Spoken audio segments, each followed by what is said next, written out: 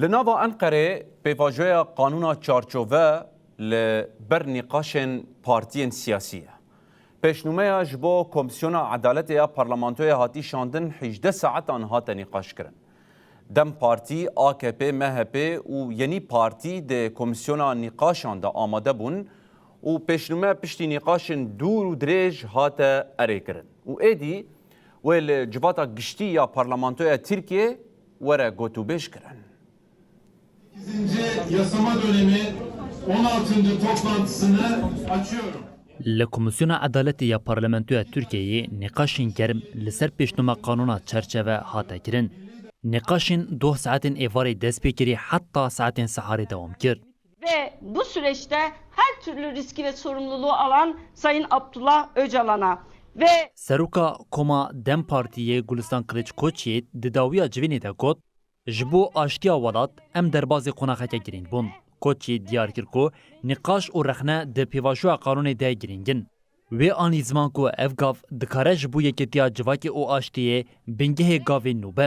Aynı tarihler ve aynı saatler dilimi içerisinde پیشنهاد قانون بناوی خورکرنا هفکاریا نتوی او یک بونا جواکی پشتی 18 ساعتان نقاش بدنگ AKP MHP دم پارتی او یعنی پارتی هاته پجراندن.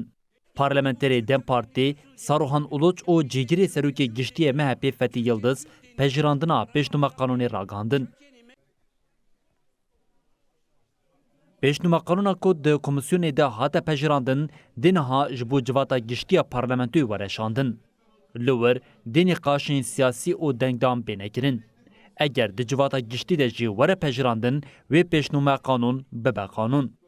جبر گرینگیا و د پیواجوه جواکی او سیاسی ده نقاش لسر پیشنهاد قانونی تینه شپاندن.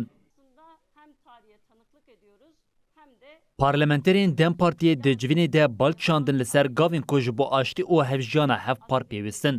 کوچ یید کود ما وک مخالفان رخنه او پیشنیار نخواد پیواجوه آماده کرنا قانونی ده پیشکش کرنه.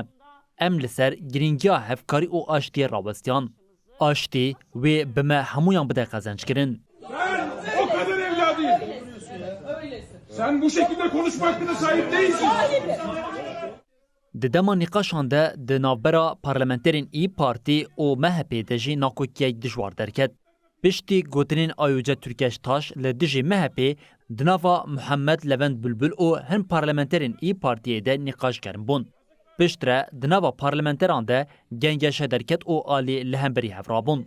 Seni bu dünyada kimse tehdit etmesin diye biz mücadele veriyoruz. Sen ne diyorsun? Sen ne yapıyorsun ya? Sen ne yapıyorsun? Sen kimsin? Sen kimsin?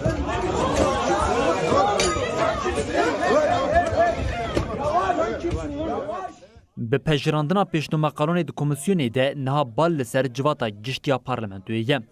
ایدی ویل پارلمانتویه باشروشا قانونا چارچوبه دیار ببم.